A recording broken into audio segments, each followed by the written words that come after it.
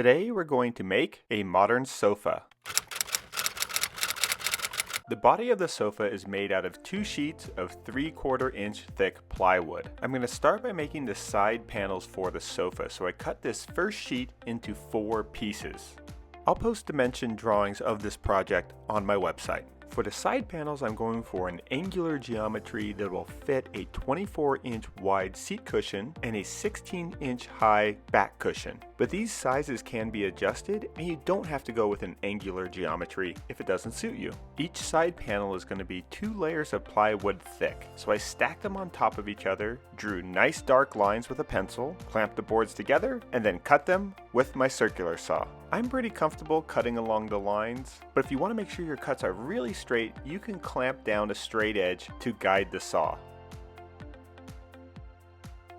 I then glued the pieces together using Gorilla wood glue to make the 2 side panels. In retrospect, I probably should have glued the 2 layers together and then cut them, but oh well, this worked too. For projects like this, I just like using spring clamps. They're about 99 cents at Home Depot.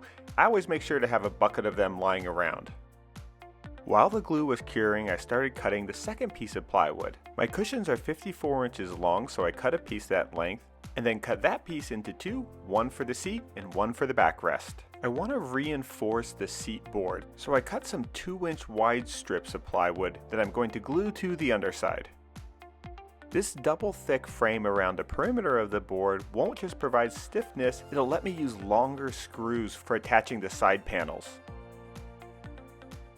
It turns out a bucket full of spring clamps wasn't quite enough, so I had to glue this together in phases. I like to let the glue cure for at least 2 hours before removing the clamps. I had a long hairline gap on one of the panels, so I just filled that in with some wood putty.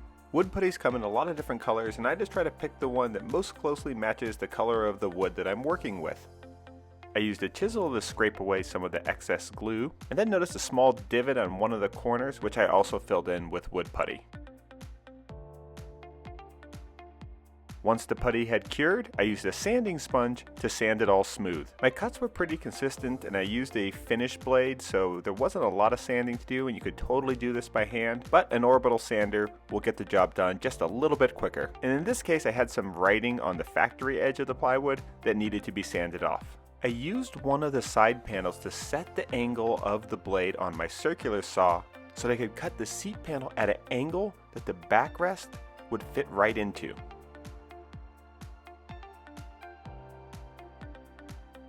Alright, now it's time to assemble. I'm using L brackets to connect all the different panels. I drew a pencil line on the inside of the side panel where the backrest is going to go. That way I'll be sure to leave room for it and it'll all fit together nice and flush. Now wherever I doubled up the plywood, I can use 1 1/4 inch long screws.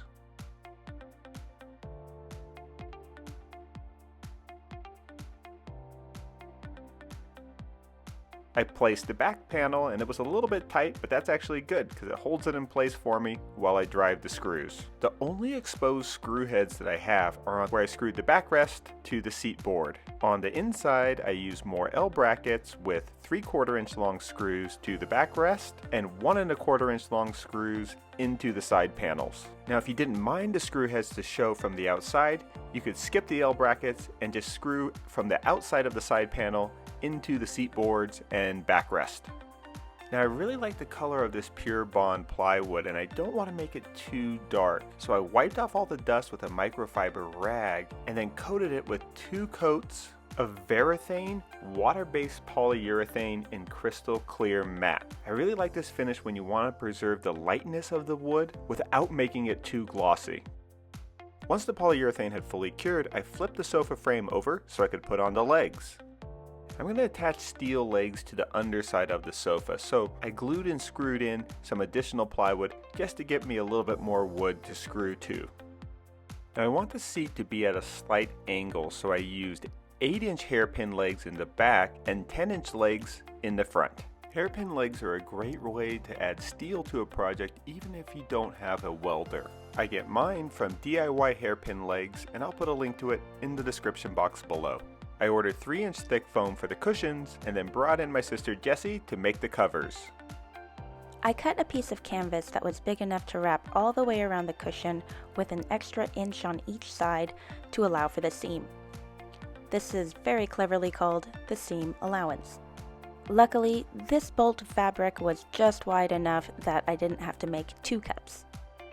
For the larger cushion, I did the exact same thing, only I cut a larger piece. For the seam allowance, I marked a line 1 inch in from each side so I would know how far in to fold the fabric. I used this lovely ironing mat made by Crafts with Ellen to prep the seams. The fabric gets folded over to the line, ironed, and then folded over and ironed again. The reason that it's folded over twice is to keep that raw edge tucked inside, which prevents your fabric from fraying over time.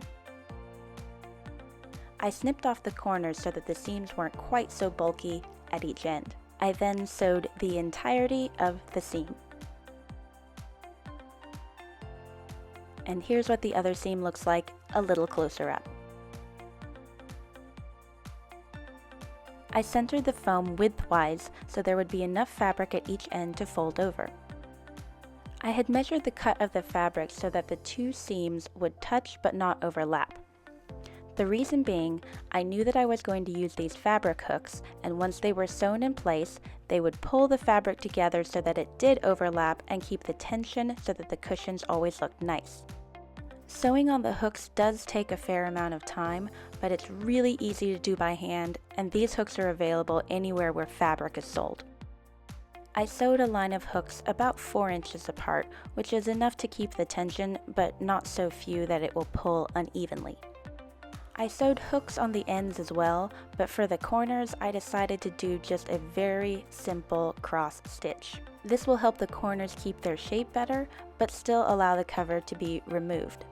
Good job, Jess. Check's in the mail. If you don't have access to a sewing machine, I'll post links at the end of this video to some other projects that we did where we made sofa cushions that don't require sewing. What I like about this version of the sofa is that it can be made with just 3 basic power tools. And if you don't have a sewing machine, you can use pre-made cushions or reclaim some from an old sofa. Now, the sofa looks great as it is, but I wanted to try and see if I could make my own legs for it.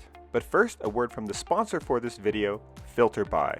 Now, typically my sponsors want me to show how cool their product looks or how innovative the features are, but FilterBuy actually wanted me to show you how it removes all this really gross stuff that's in the air of your home. This is what an air filter in our HVAC system looks like after just 2 months of use. This was white when we put it in. Now ask yourself, when's the last time you changed your air filters? With FilterBuy, you don't have to ask yourself that question anymore because they have this really handy subscription service where you just sign up, let them know what size air filters your system uses, and they'll put you on a plan and just keep sending you nice clean air filters right when you need them. As someone that is allergic to dust and pollen, I see a noticeable improvement when the air filtration in a home is working properly. I got my parents a subscription, and me and Mike use them here at Maker Ranch. Click on the link in the description box to learn more. Alright, back to the build. So I got a piece of 3/16 inch thick plate steel and cut some strips of it that are about 8 inches wide.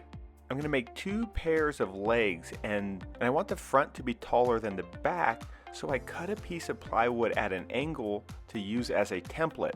I used some magnet clamps to hold the plate steel to the edge of the plywood and then drilled in finished screws that will hold 3/8 inch diameter steel rods at the angles that I want. I used the angle grinder to cut the ends so that they would fit flush to the steel and to grind away the mill scale and prep the steel for welding.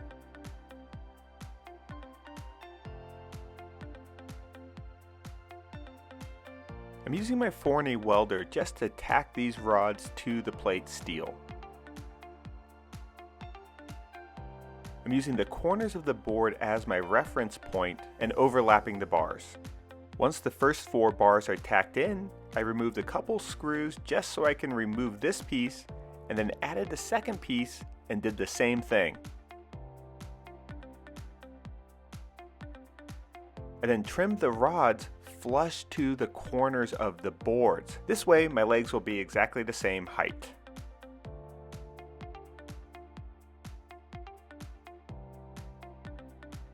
I now have a pair of legs that are uniform in height but aren't very strong. So I ground away some more mill scale and then started welding in additional steel rods. I cut these rods in pairs and then welded them on, making sure that each set of legs mirrored the other. I didn't have a set design, I just placed the rods where I thought it looked good and then tried to keep it consistent between both sets just by eye.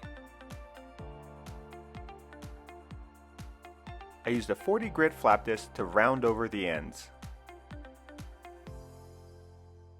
I applied a little bit of cutting oil and then drilled holes that will allow me to screw these legs to the underside of the sofa. I cleaned the steel and then primed it all with Rust-Oleum Rusty Metal Primer. I applied 2 coats of primer, waiting about 45 minutes in between coats. I'm trying to be a little bit better about safety this year, and so you can see that I'm wearing my RZ mask. This is by far the most comfortable dust mask I have ever worn. I'll put a link to that and the other products in the description box below. For the paint, I'm using Rust-Oleum's Turbo Spray system, and I'm pairing that with their handle, which in my mind makes this the next best thing to a professional spray system. This turbo spray system is 4 times faster than conventional rattle cans, and I find that the handle gives me a little bit more control. The paint comes out in a nice, wide, consistent fan-like shape, which makes it really easy to get consistent, even coverage. Once the paint had fully cured, I then dipped the ends of the legs in white liquid rubber just to protect the floors a little bit. I then switched out the hairpin legs with these nice white custom ones.